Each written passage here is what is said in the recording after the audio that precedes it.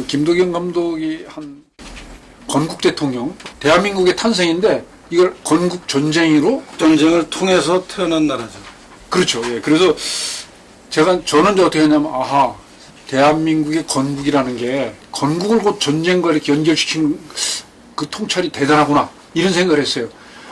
왜 그게 우리 국민들한테 큰 관심과 반항을 일으키는 이유가 뭐라고 생각하십니까?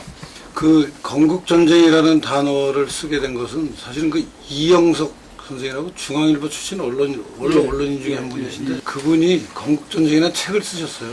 그렇죠. 옛날에 쓰셨죠. 예. 그 책이 이제 해방전국에서 북한에서 내려온 젊은 청년들이 이제 북의 공작으로 남한이 적화되는 것을 막는 진짜 전쟁을 치렀다. 아 진짜 전쟁을 치렀다. 네, 그런 취지에서 이제 건국전쟁이라는 책을 쓰셨는데 김도경 감독이 그걸 보고 이게 맞다. 맞다. 그래서 이 제목을 좀 쓰게 해달라라고 허락을 받고 전쟁이 왜 이렇게 세계적인 반향을 일으킬까? 이 부분. 전 세계가 6.25 이후 또 4.19 이후 잊어버렸던 이승만에 대해서 다시 눈을 뜨기 시작한 거죠.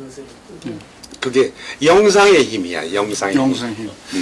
그동안에 유 교수께서 이승만 연구원장을 하시면서 여러 사람들한테 이 책을 써라 이렇게 독려를 해가지고 많은 사람들이 책을 썼어요. 글도 쓰고 칼럼도 쓰고 많이 썼는데 그건 역시 문자라서 일반 대중에게 파급력이 약했죠. 그러다가 이제 영상으로 터뜨리니까 몰랐던 일반 대중까지도 그걸 보고 여태까지 자기가 이승만에 대해서 너무 몰랐구나 라는 데 대한 제 반성이랄까 후회랄까 임팩트가 너무 크니까 이렇게 눈물도 흘리고 박수도 치고 아주 좋은 이승만의 부활 현상이 지금 전 세계 바람을 일으키고 있는 거죠. 이승만의 부활, 참 멋있는 표현이었습니다. 네, 이승만 건국 대통령의 부활인과 함께 우리나라 대한민국 역사적 진실의 부활 이렇게도 볼 수 있는 거 아니겠습니까? 그동안은 이 우리나라 문화 영역을 장악하고 있던 좌파들이 대한민국 현대사를 비틀어가지고 이승만 대통령을 숨기는 것만 아니라 왜곡을 해가지고 있었던 사실이라도 제대로 좀 알려줬으면 하는데 그걸 막 억지로 비틀어가지고 거꾸로 해석을 하고 악질적으로 해석을 하고 그랬는데 이번 영화가 그걸 다 드러내면서 그렇죠. 본 사람들이 다 알게 했습니다. 정말 영화의 힘이라는 게 무섭죠. 네, 그렇습니다. 그 다큐. 네. 다큐는 뭐 해석의 여지가 없는 거죠. 그대로 보여주는 거니까.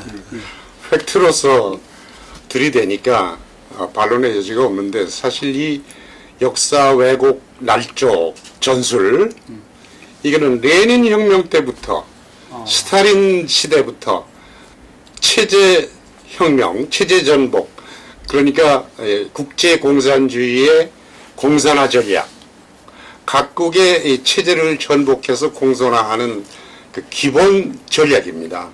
역사 왜곡 날조 그리고 그 선전 그것이 지금까지도 이 21세기 대한민국에서도 더욱 새로운 그 기술 미디어 기술 발전과 함께 더욱 기승을 부려왔죠. 예.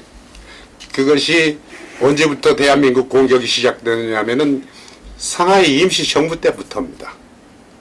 상하이 임시정부 초대 대통령이 이승만 박사인데 이 양반이 대통령이 추대되면서부터 국제공산주의의 공산화 공세는 물론이고 반이승만 세력, 이승만에 대해서 라이벌 의식을 가졌던 또는 무슨 여러 가지 이유로 대표적인 게 신채호 박영만의 그 무장투쟁주의, 무장투쟁으로 독립을 하자 하는 무장투쟁파들이 완전히 이승만을 매국노로 몰았죠. 그리고 또 미주에서 이승만의 경쟁 관계에 있던 안창호 도산파가 이승만을 임시정부에서 몰아내는 탄핵까지 앞장섰습니다.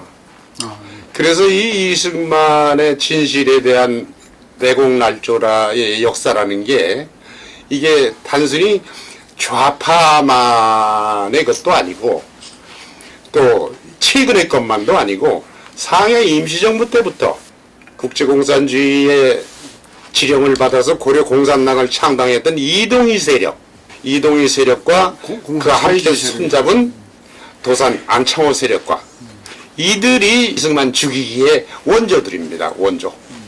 그게 지금 해방을 거쳐서 건국 이후에 지금까지 장장 몇 년입니까? 100년입니다. 100년. 그야말로 100년 전쟁입니다. 그래서 100년 전쟁. 그래서 저 극좌단체 민족문제연구소가 100년 전쟁이라를 만들어서 그걸 무슨 역사 다큐라는 간판을 걸고 만들어가지고 이승만 박정희를 대한민국을 건국 부흥시킨 이승만 박정희를 그야말로 짓밟아버리는 메모하자.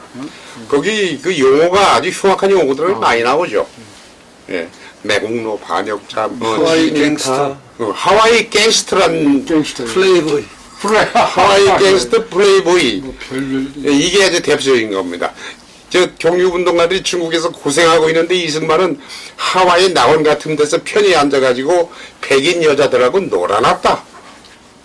그리고 순정적인. 안창호가 모아놓은 독립자금 이걸 다 빼돌렸다. 뺏어서 낭비했다. 이런 식의 중상모략을 했던 거예요. 그때부터예요. 맞습니다. 그러니까 이게 좌파들의 공격만이 아니라 실제로 제일 중요한 이승만을 악마화시킨 주범들은 여기 우파들입니다. 여기에 오늘의 문제의 심각한 뿌리가 있는 거죠. 지금도 그래요. 지금도. 그러니까 지금도 같은 우파라 그러면서 국민의힘당은 이 이승만 이 역사 복원하는데 전혀 힘을 안 보태고 있잖아요. 아, 그렇습니까? 아니, 방치하고 있어요, 지금. 정치권에서 좌익 국회의원들은 자기들 역사 관철하려고 난리를 치면서 무슨 국회에다가 관련자들 불러서 강연도 시키고 또 자기들 마음에 안 드는 사람 국정조사 불러다가 조지고 하는데 국힘당은 이 역사의식이 없으니까 역사전쟁에서 누구 편을 들어야 되는지를 몰라요. 그냥 대중이 이쪽 편 들면 우르르 따라서 사진 찍고 저쪽 편 들면 우르르 따라서 사진 찍고 이러고 있어요. 되돌려서 우리 광복 그때로 한번 가서 이제 이승만 대통령에 대해서 몇 가지를 좀 조명을 좀 해봐야 되겠습니다. 1945년 광복 때부터 1948년 건국 때까지 이승만 박사, 그때는 박사라고 우리가 했죠. 이승만 박사가 여러 가지 활약을 많이 했지 않습니까? 그 중에서 가장 핵심적인 것이 뭐라고 생각하십니까? 그거 좀, 왜냐면은 아니 저는 이제 그 너무 3년 동안에 제일 중요한 일은 이승만 대통령이 반공을 해야 된다는 것을 깨닫고 그걸 주장하고 관철해서 적화를 막은 겁니다. 그때 그거를 안 했으면 북한이 남한까지 다 합쳐서 통일하는 그 공작에 다 넘어가고 있는데 그거를 내다보고 문제라고 생각하고 이렇게 하면 안 된다 그러고 확실하게 판단하고 이끌었던 분이 바로 이승만 대통령이고 그것을 가르는 분기점이 45년부터 48년 그 때거든요. 그런데 그때 당시 공산주의라는 건 잘 몰랐었잖아요. 잘 모르죠. 사람들 거기 편들었죠. 다. 그런데 이 해방 3년 동안의 이 이승만의 투쟁, 건국 투쟁, 독립전쟁이에요 사실. 독립전쟁의 연장이었죠. 네, 말과 글과 외교로서 벌인 독립전쟁입니다. 해방 3년간의 전쟁, 이승만의 예, 독립전쟁. 투쟁이. 예. 그게 다른 말로 건국전쟁이죠. 예. 그런데 그 이승만의 해방 3년간의 투쟁 방법과 논리와 테크닉이 언제부터 생긴 거냐? 그때 금방 이승만이 창안한 게 아니에요. 이승만 자신이 한성 감옥에서 쓴 책, 독립정신. 그 책에 보면은 어떤 나라를 어떤 방법으로 세울 것인가에 대한 설계도가 다 나와 있습니다. 아, 그 책에. 그게 29살 때 책을 완성했는데 그 책에 쓴 대로 그때부터 독립운동을 했어요. 감옥에서 나와서 미국 유학 5년 동안. 그 책의 핵심 내용이 자유하고 민주하고 개방, 통상. 자유민주 개방, 통상. 개방통상. 독립정신의 맨 끝에 붙어있는 독립실천 6대 강령이 있어요. 6대 강령. 첫째가 세계와 자유 통상한다. 수출 입국이에요. 아주 쉬운 말로 우리가 지금 외국에 내서 팔 상품도 없고 그거 만들 공장도 없고, 예? 그런데 외국의 선진국의 좋은 상품을 들여다가 보고 배우고 우리가 그보다 더 좋은 상품을 만들어서 또 팔고 이러면 서로 부자가 될 수, 그래야만 부자가 될 수 있고 경제력이 확보돼야 독립의 힘이 생긴다. 이 수출 입국론인데 이 박정희가 처음 만든 게 아니에요. 이게 1904년에 저 감옥에 있던 29살짜리 이승만이 만들어낸 논리입니다. 자본주의입니다. 그 전에 이승만이 1939년에 워싱턴 가가지고 책을 쓰죠. Japan Inside Out. 유명한 영어로 책을 씁니다. 그 영어가 이 미국 지도층도 놀라는 그 품격 높은 고급 영어 책을 써요. 설득력이 아주 높아.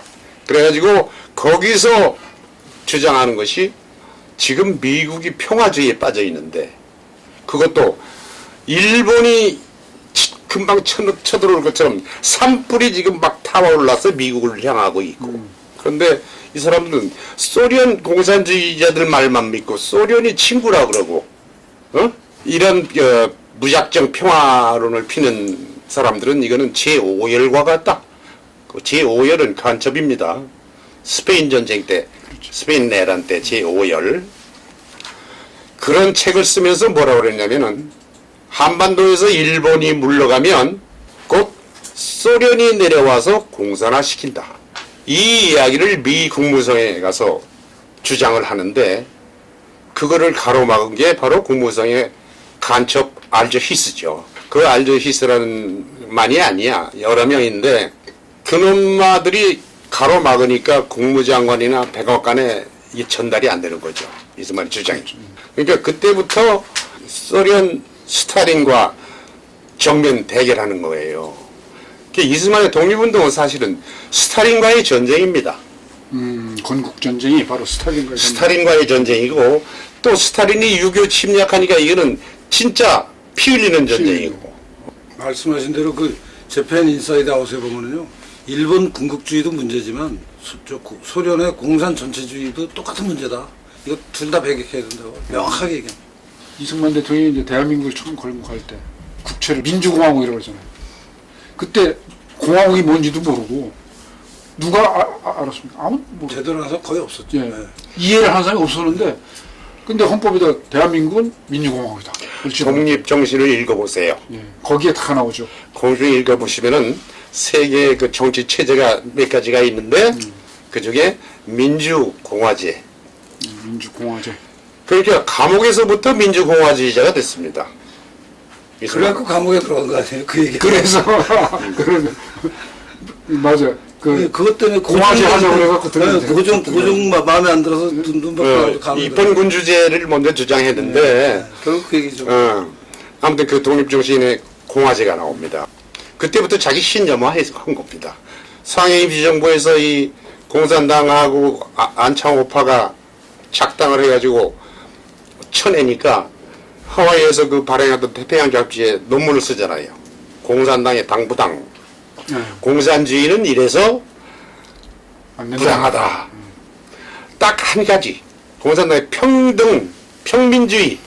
요거 하나만 합당한 거고 나머지는 모두 부당하다. 이렇게 조목조목 5가지를 나열하죠. 예? 그때부터 이 반공이 신념화된 겁니다. 해방 3년에 금방 반공을 시작한 게 아니에요. 1923년부터 기록으로 남아있는 거는 1923년부터 반공주의를 주창했어요. 태평양 잡지가 그 공산주의 비판에 대한 글을 7번인가 8번 연재를 합니다. 이승만 언론인이잖아. 백야학당 졸업할 때부터 협성의 해보를 만들고 매일신문, 한국 최초의 민간 일간지 매일신문을 창간하고 잇따라서 넉 달 뒤에 또 제국신문을 또 창간하고 그런 언론인이기 때문에 그러니까 언론의 힘을 알았어요. 언론을 독립운동의 최고의 무기로 활용한 사람입니다. 그러니까 우리가 보통 이승만 대통령이 외교를 했다 그러는데 사실은 언론 활동을 한 거예요. 언론에다가 떠들어서 그렇죠. 다른 나라 사람들이 그 언론에 나온 걸 보고 아 이게 이런 거구나를 알고 그러면 한국을 독립시켜야겠네라고 생각하게 언론을 상대로 떠든 거지. 사실은 어디 가면은 입장도 못해요. 그 문 앞에 가서 떠드는 거예요. 문 앞에 가서 언론을 상대로 막 선언문 읽고 그러면 그게 이제 기사에 나거든요. 그러면은 그걸 통해서 이제 우리나라가 독립이 필요하다고 떠드는 거라 저는 그래서 그 이승만은 외교 독립을 했다라는 말이 뭐 틀린 말은 아닌데 그거보다 더 정확한 말은 언론 외교를 했다라고 표현해야 돼요. 맞습니다. 아, 맞습니다. 중요한 걸 참 지적해 주셨네요. 맞습니다. 그 저 미국식 언론들하고 아주 친밀한 관계를 유지하고 중요한 이슈마다 인터뷰를 하고 기자들한테 기사 부탁하고 자료를 배포해가지고 언론을 무기로 외교 독립론을 성공시킨 그렇죠. 외교 독립운동가. 그러니까 저 건국할 때도 마찬가지예요. 독립전쟁을 하든지 무슨 반란을 일으키든지 내란을 다 그랬죠. 피를 흘려가지고 나라를 새로운 나라를 세우는데 이승만은 피 한 방울 안 흘리고 말과 글과 언론 이거 가지고 나라를 세운 사람이에요. 이게 세계 이런 사람 드뭅니다. 세계사에.